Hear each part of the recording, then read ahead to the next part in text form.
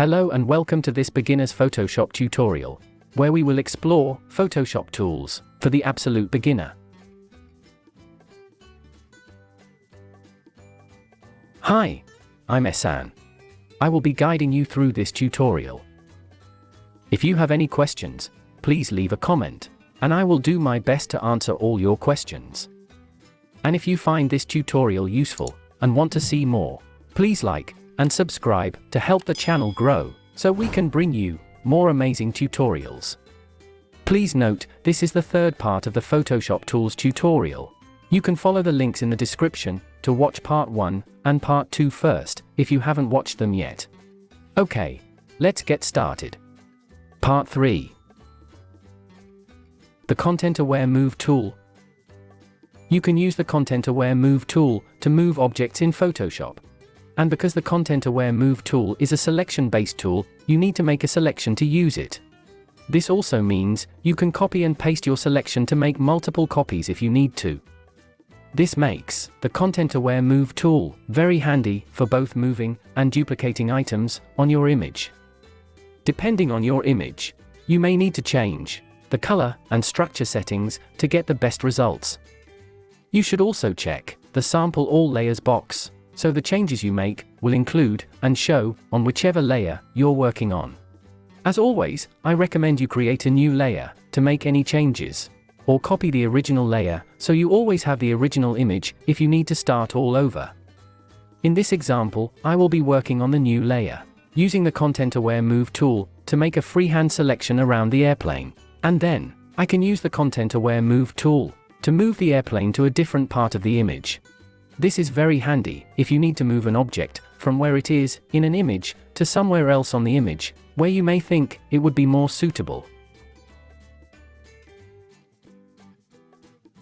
If you need to isolate the object, you could use the Magic Wand tool to remove the background color. This will make the object a PNG with transparent background.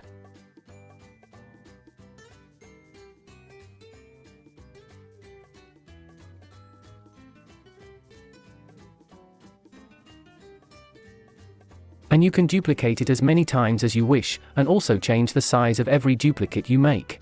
I can also use Ctrl or Command+C, and Ctrl or Command+V, to copy and paste the plane as many times as I want.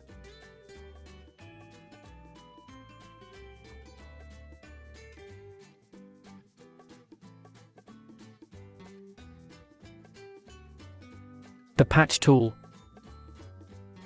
You can use the Patch tool to remove a large object from an image, which can be very useful if you had an image that can be improved by removing unwanted items.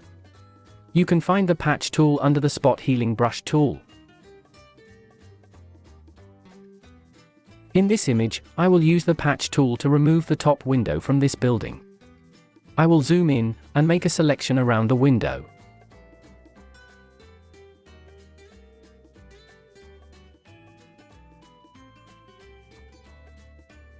Then create a new layer. Ensure the patch is content-aware and Sample All Layers is checked. Then click and drag the selection on the new layer. This will create a patch to cover the window.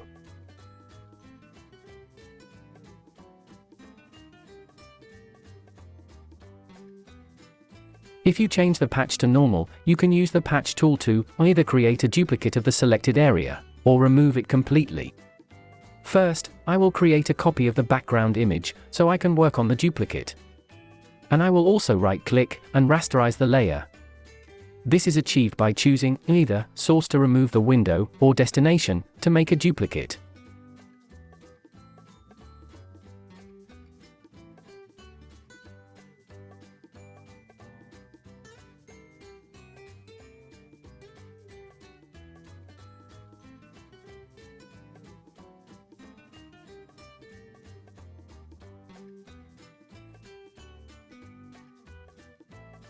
So basically you can use the Patch tool to remove or duplicate large items in your image by creating a selection around them.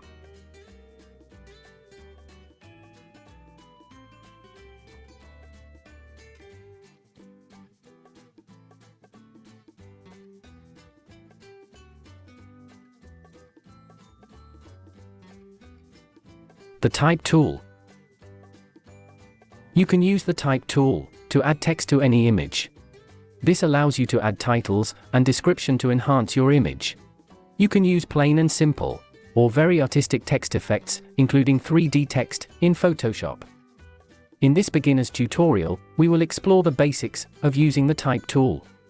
When you click on the Type tool, you can display text horizontally or vertically, and you can also warp your text in an upward or downward arch.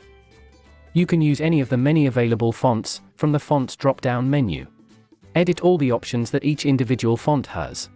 Choose the size, the style, alignments, color, and any other available options. Once you've created your text, you can click the Move tool.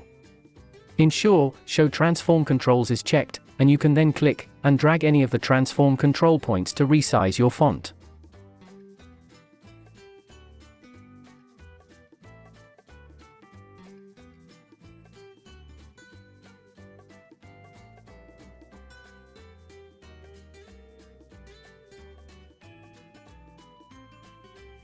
You can also click and drag the text to move it to a new position.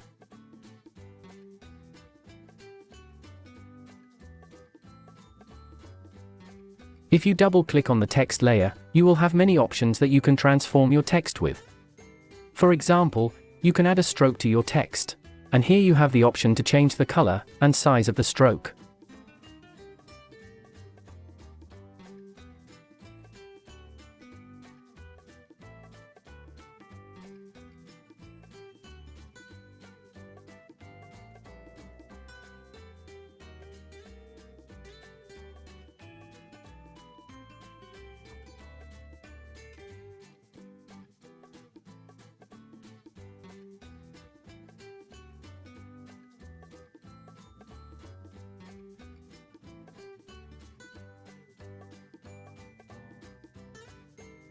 You can also warp your text by manipulating the different sliders in the Warp Text window.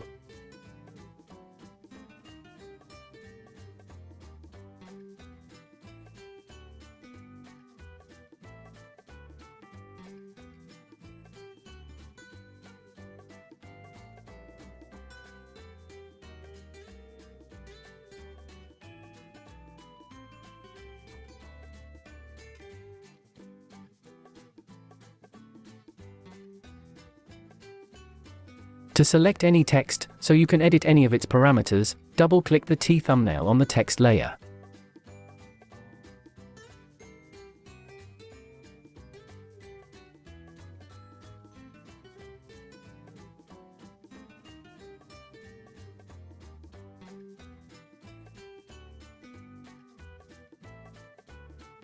I hope you found this tutorial useful.